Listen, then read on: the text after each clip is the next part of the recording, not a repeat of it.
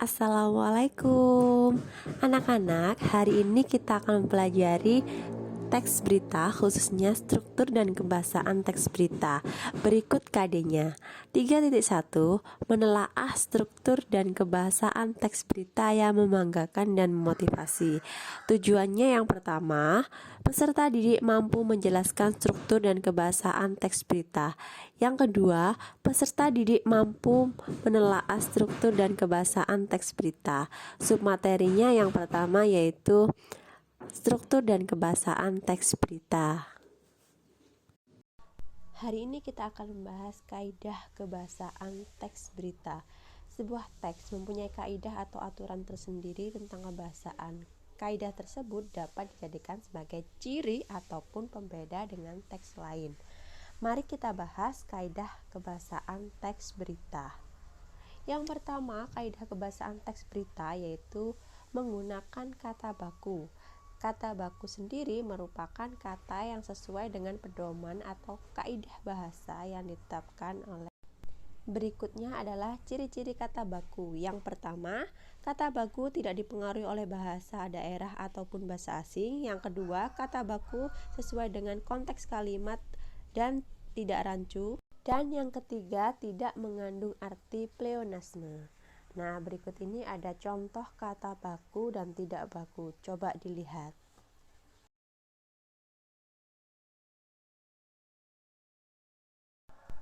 Berikutnya, kaidah kebahasaan teks berita yang kedua adalah kalimat langsung. Kalimat langsung ini merupakan kalimat yang diucapkan secara langsung kepada orang yang dituju. Kalimat ini ditandai dengan tanda petik. Berikut ini contoh kalimat langsung. Di sini ada dua contoh kalimat langsung yang ditandai dengan tanda petik. Coba kalian perhatikan. Kaidah kebahasaan teks berita yang ketiga yaitu menggunakan konjungsi bahwa. Konjungsi sendiri merupakan kata hubung.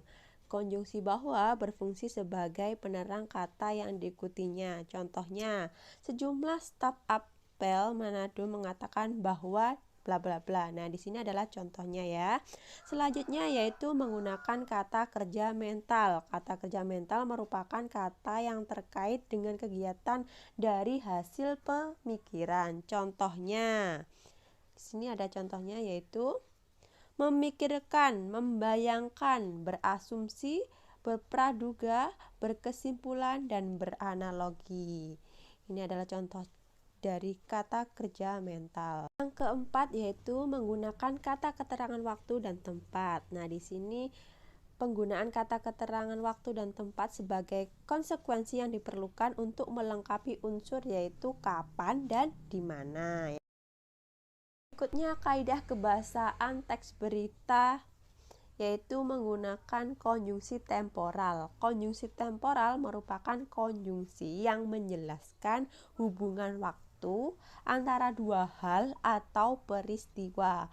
Berikut ini contoh dari konjungsi temporal. Kemudian, sejak, setelah, awalnya, akhirnya. Nah, ini adalah yang berhubungan dengan waktu atau peristiwa. Itu tadi penjelasan dari kaidah kebahasaan teks berita. Bagaimana anak-anak, sudah paham?